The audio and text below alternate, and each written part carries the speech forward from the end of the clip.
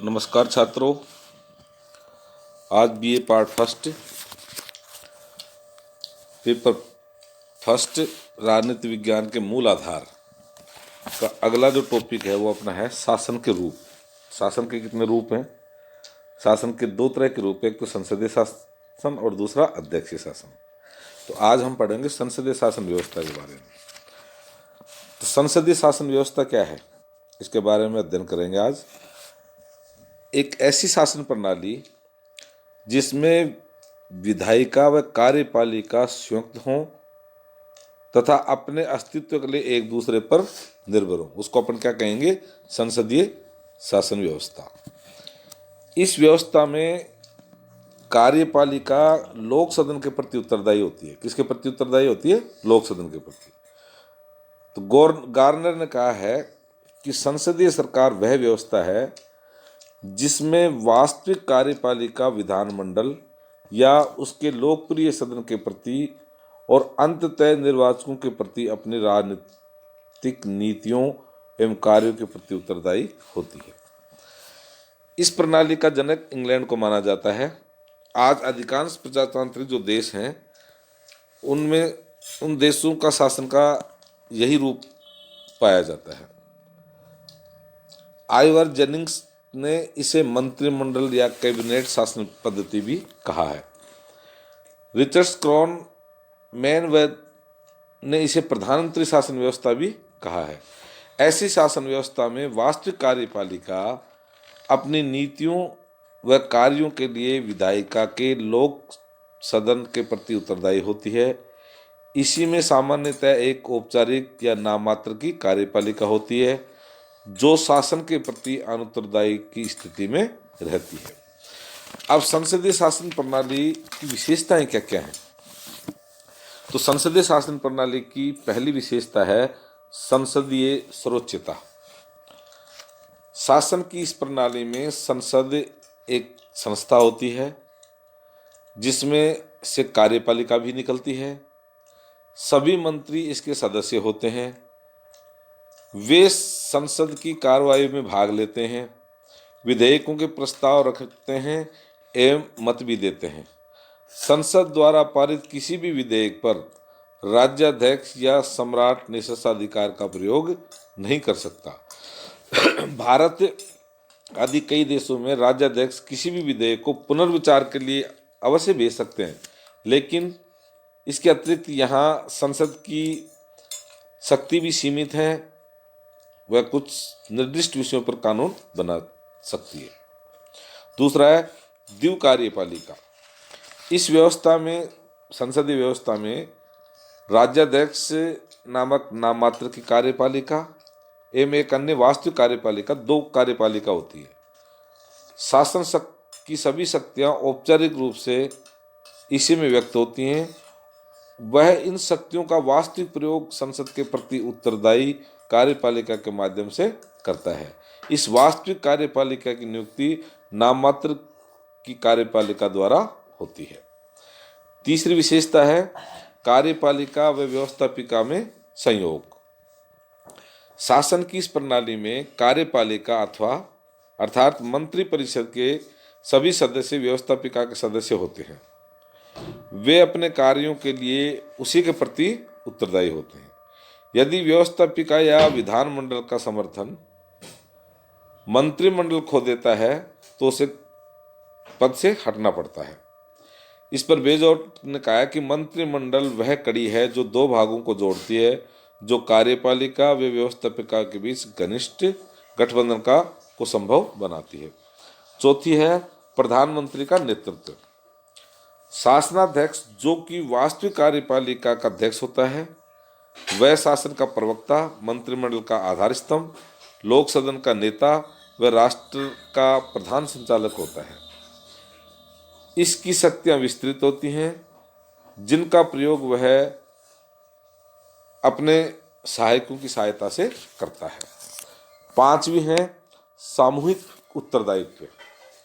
वास्तविक कार्यपालिका का निर्माण विधायिका में से होता है, अतः यह तभी तक पद पर रह सकती है जब तक इसे विधायिका का समर्थन प्राप्त हो। विधायिका कार्यपालिका के प्रति अविश्वास पारित कर हटा सकती है। इससे सभी मंत्री अपना पद खो देते हैं। और छठी है राजनीतिक समरूपता। कार्यपालिका के सदस्यों ने राजनीतिक दल या विचार या पहचान संबंधी एकरूपता होनी चाहिए। यह इसलिए आवश्यक है कि जिस दल का या विचार का विधायिका में बहुमत होता है उसी की कार्यपालिका बनेगी। आज की गठबंधन सरकार है इसका अपवाद है। और सातवां विपक्ष की उपस्थिति। विधायिका का बहुमत दल कार्यपालिका का निर्माण करता है या सरकार बनाता है। शेष दल या विचार सदन में प्रभावशाली प्रतिपक्ष की भूमिका निभाते हैं। यह सत्ताधारी दल के रूप में दल का दुरुपयोग को रोकने की सीमा लगाता है और इसकी रचनात्मक भूमिका देश में जनमत का निर्माण करती है। तो ये थी संसदीय शासन व्यवस्था के प्रणाली की विशेषताएं। अब संसदीय शासन प्रणाली की प्रवृत्तियां क्या है। विश्व के बहुत सारे देशों एवं भारत में संसदीय शासन का कार्यकारण आज एक लंबा कालखंड देख चुका है। इस प्रणाली के कार्यक्रम के दौरान कई आर्थिक सामाजिक परिवर्तनों एवं वैज्ञानिक आविष्कारों ने इसे प्रभावित किया है। वर्तमान की शासन प्रणाली में कुछ एक प्रवृत्तियां हैं जो निम्न प्रकार है। पहली, समूह की भूमिका। 20वीं सदी में राजनीतिक दलों एवं हित व दबाव समूह के विकास ने संसदीय शासन प्रणाली को अवश्य प्रभावित किया। संसदीय प्रणाली में द्विदलीय व्यवस्थाओं में सफलताएं प्राप्त की। ऐसे देशों में विपक्ष सत्तारूढ़ दल के विकल्प के रूप में सदैव तैयार रहता है, किंतु तीसरे विश्व युद्ध के नवोदित देशों में एक दल प्रभुत्वशाली अथवा बहुदलीय व्यवस्थाएं अधिक प्रभाव में रही हैं। ऐसे देशों में संसदीय शासन को दलों ने अपने अनुसार डालने का प्रयास किया।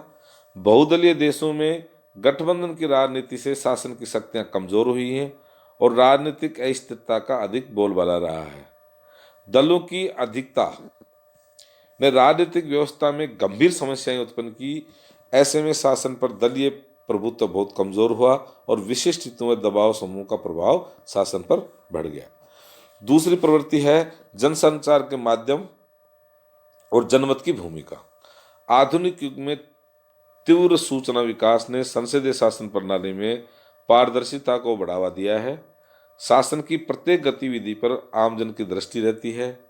इससे ये फायदा जरूर हुआ है कि संपूर्ण राष्ट्र की एकता की अभिव्यक्ति अवश्य प्रधानमंत्री नेतृत्व के में मजबूत होती है। तो शासन द्वारा संपूर्ण फैसले जन भावना के अनुकूल ही रहने का प्रयास किया जाता है। कई बार जनमत संग्रह का अवलंबन भी किया जाता है। और तीसरी है नौकरशाही की भूमिका। 20वीं सदी में अर्ध व राज्य के क्षेत्र में आमूल परिवर्तन होने से जन कल्याणकारी कार्यों को प्राथमिकता मिलने लगी। शासन और प्रशासन में विशेषज्ञता का महत्व इसलिए बढ़ने लगा, इससे समाज व अर्थव्यवस्था अत्यधिक जटिल हो गई।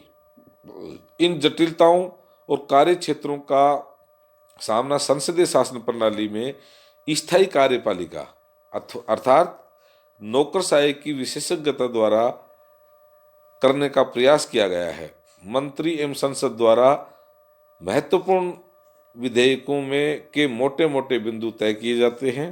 शेष विधायन के प्रस्ताव प्रदत्त व्यवस्थापन के तहत विशेषज्ञ नौकरशाहों द्वारा तय किए जाते हैं। इस प्रकार वास्तविक शासन नौकरशाही ही करती है। और चौथा है मंत्रिमंडल की भूमिका।